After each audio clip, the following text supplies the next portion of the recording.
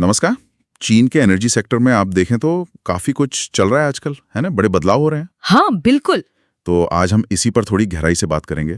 हमारे पास कुछ रिपोर्ट्स और आर्टिकल्स हैं जो चीन के एक बहुत बड़े सोलर फार्म पर तो फोकस करते ही हैं, साथ ही उनकी जो पूरी क्लीन एनर्जी की महत्वाकांक्षाएं हैं और उनके नतीजे क्या निकल रहे हैं उस पर भी रोशनी डालते हैं। सही।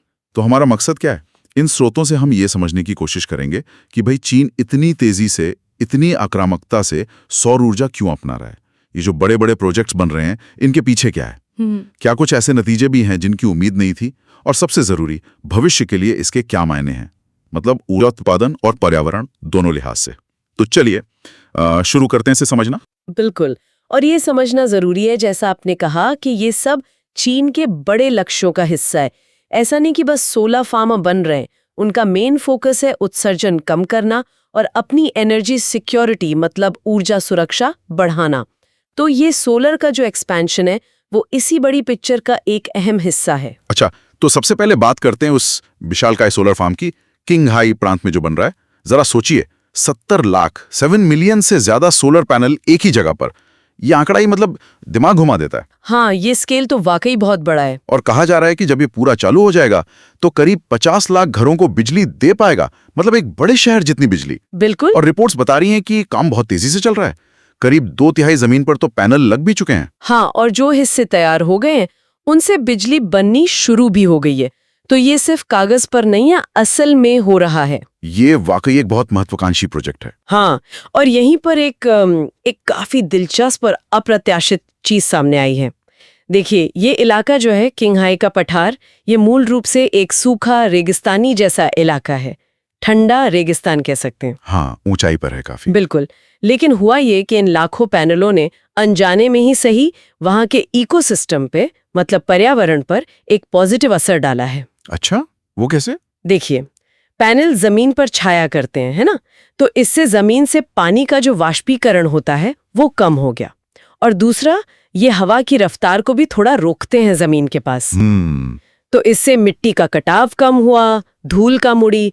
नतीजा, मिट्टी में नमी ज्यादा रहने लगी। ओह, तो मतलब पैनल लगाने से वहां घास उगने लगी रेगिस्तान में। सही पकड़ा, बिल्कुल। घास और दूसरी तरह की वनस्पति जो पहले वहां नाम मात्र की थी, वो अब पैनलों के नीचे उगने लगी है। और यहीं से कहानी और मजेदार हो जाती है। अच्छा? इस नई हरी भरी घास का फायदा कौन उठा रहा है? हजारों भेड़ें। स्थानीय लोग अब उन्हें मजाक में फोटोवोल्टिक भेड़े कहने लगे हैं। फोटोवोल्टिक भेड़ें क्या बात है, ये तो कमाल का नाम है।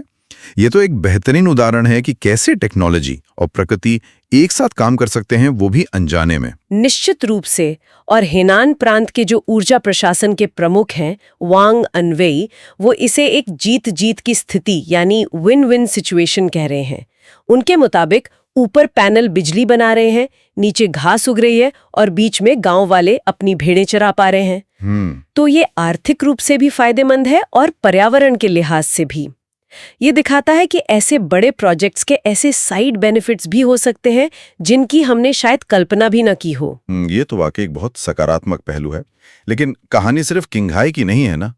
पूरे चीन में जिस स्केल पर सोलर एनर्जी का विस्तार हो रहा है, वो आंकड़े तो मतलब अविश्वसनीय लगते हैं। हाँ बिल्कुल। रिपोर्ट्स के मुताबिक 2025 के पहले 6 महीनों में ही, सिर्फ 6 महीने में, चीन ने 212 गीगावाट नई सोलर कैपेसिटी जोड़ दी।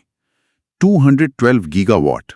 हाँ, और इस नंबर को थोड़ा पर्सपेक्टिव में रखने के लिए सोचिए, 2024 के आखिर तक पूरे अमेरिका की कुल इंस्टॉल्ड सोलर कैपेसिटी करीब 178 गीगावाट थी। मतलब चीन ने सिर्फ 6 महीने में अमेरिका की अब तक की कुल क्षमता से भी ज्यादा सोलर पावर लगा दी। बिल्कुल। ये जो रफ्तार है ना, ये अभूतपूर्व है।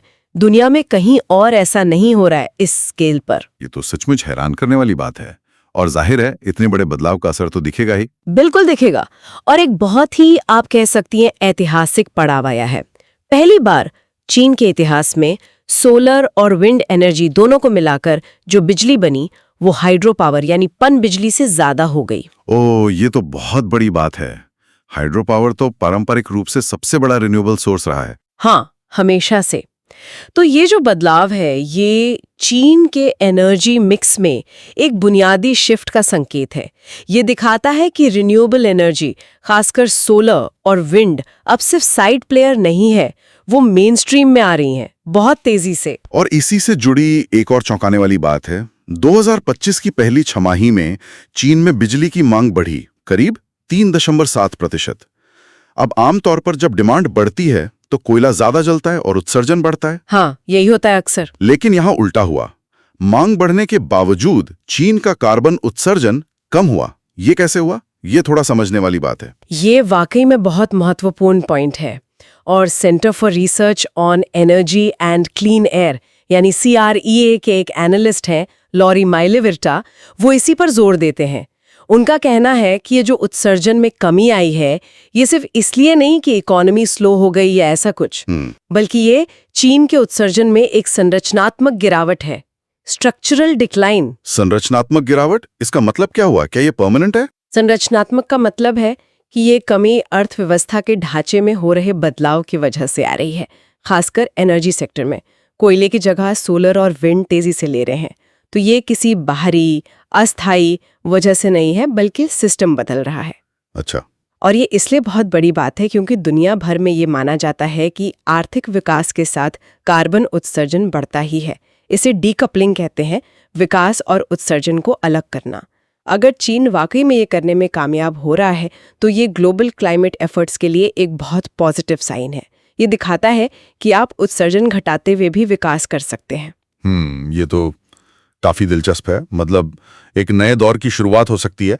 लेकिन सब कुछ इतना अच्छा ही है या कुछ चुनौतियां भी है? इतनी तेजी से आगे बढ़ने में कुछ दिक्कतें तो आती होंगी। बिल्कुल आती हैं, और एक बहुत बड़ी चुनौती है जिसका जिक्र रिपोर्ट्स में बार बार है, वो है भूगोल की समस्या और ग्रिड की। भूगोल की समस्या मतलब ये कि चीन में ज्यादातर सोलर और विंड पावर बन रही है पश्चिमी और उत्तरी इलाकों में, जहां जमीन खूब है, धूप तेज है, हवा अच्छी है, लेकिन आबादी कम है, इंडस्ट्री कम है। हाँ, समझ गया। जबकि बिजली की जरूरत सबसे ज्यादा पूर्वी और दक्षिणी तटीय इलाकों में है, जहां सारे बड़े शहर है, फैक्ट्रीज हैं। बिल्कुल, एकदम सही है। किंगहाई प्रांत के जो उपराज्यपाल हैं झांग जिनेमिन, उन्होंने इसे साफ शब्दों में कहा है, जैसा रिपोर्ट्स बताती हैं, हमारे हरित ऊर्जा संसाधनों का लोकेशन और हमारे औद्योगिक लोकेशन में कोई तालमेल ही नहीं है। मतलब जहां बिजली बन रही है वहां जरूरत कम है, और जहां जरूरत है वहां उतनी बन नहीं रही। तो फिर इस बिजली को वहां तक पहुंचाते कैसे हैं जहां जरूरत है? ये तो बहुत बड़ी चुनौती लगती है। ये सिर्फ चुनौती नहीं, ये एक बहुत बड़ी इंजीनियरिंग और इंफ्रास्ट्रक्चर की प्रॉब्लम है। आपको हजारों किलोमीटर लंबी ultra high voltage UHV transmission लाइनें बनानी पड़ती हैं। ये बेहद खर्चीला और मुश्किल काम है। अच्छा। और दूसरी दिक्कत यह है कि सोलर और विंड एनर्जी इंटरमिटेंट होती है। मतलब जब धूप है या हवा चल रही है तभी बिजली बनेगी, रात में या जब हवा नहीं है तब नहीं। तो इस उतार चढ़ाव वाली बिजली को देश के पावर ग्रिड में संभालना और डिमांड के हिसाब से सप्लाई देना, ये तकनीकी रूप से बहुत जटिल काम है। ये सिर्फ पैनल लगा देने से कहीं ज्यादा मुश्किल है, इसमें बहुत पैसा और समय लगता है। तो क्या ऐसा भी होता है कि पश्चिम में बिजली बंद तो गई लेकिन उसे पूर्व तक भेज नहीं पाए या स्टोर नहीं कर पाए तो वो बेकार हो गई? हाँ, ये एक असल समस्या है।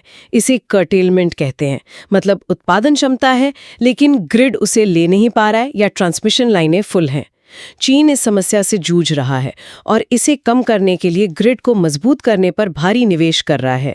लेकिन ये इतनी बड़ी समस्या है कि इसका हल निकालना चीन के पूरे क्लीन एनर्जी प्लान की सफलता के लिए बेहद जरूरी है। समझ गया। और ये सारी मुश्किलें तब और भी बड़ी लगने लगती हैं जब हम चीन के उस बहुत बड़े लक्ष्य को देखते हैं, 2060 तक कार्बन न्यूट्रल होने का लक्ष्य।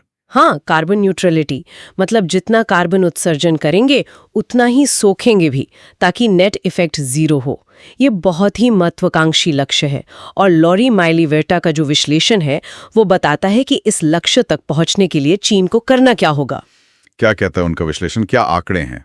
माइलीवेटा के मुताबिक 2060 तक कार्बन न्यूट्रल होने के लिए चीन को अब से लेकर अगले करीब 35 साल तक हर साल अपने कुल उत्सर्जन में औसतन 3% की कमी करनी होगी।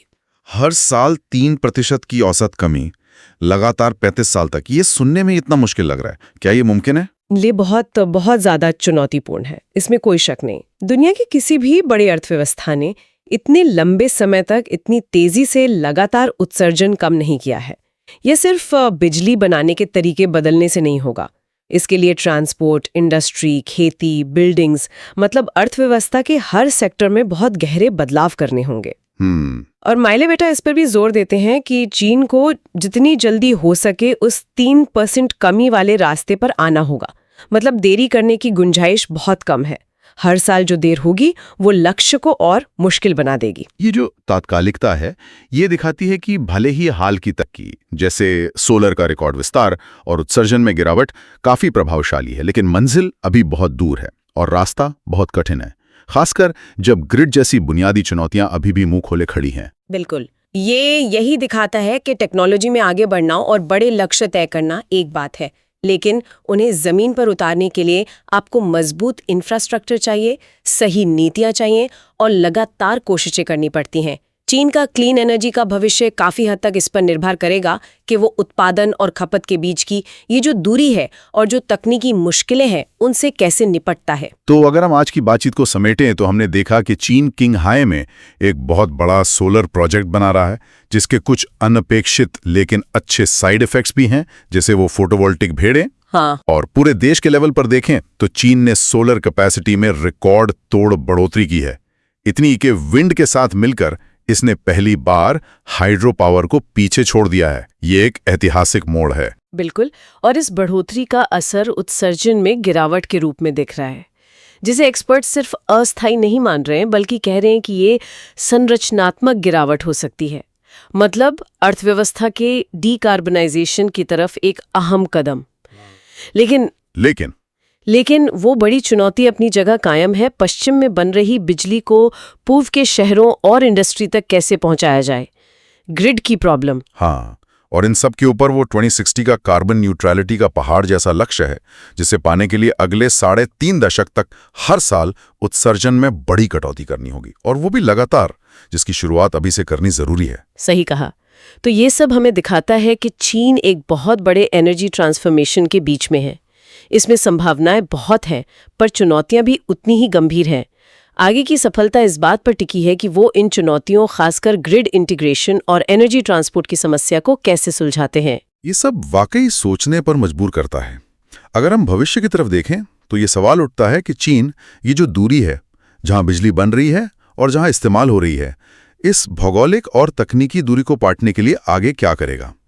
क्या और भी बड़ी और भी एडवांस ट्रांसमिशन लाइनें बनेंगी, या फिर एनर्जी स्टोरेज मतलब बैटरी टेक्नोलॉजी में कोई बड़ा ब्रेक थ्रू आएगा? या फिर क्या चीन अपनी इंडस्ट्रीज और आबादी को ही धीरे धीरे पश्चिम की तरफ ऊर्जा स्रोतों के करीब ले जाने की कोशिश करेगा? ये कुछ बड़े सवाल हैं जिन पर आने वाले सालों में नजर रखनी होगी। बिल्कुल, देखने वाली बात होगी।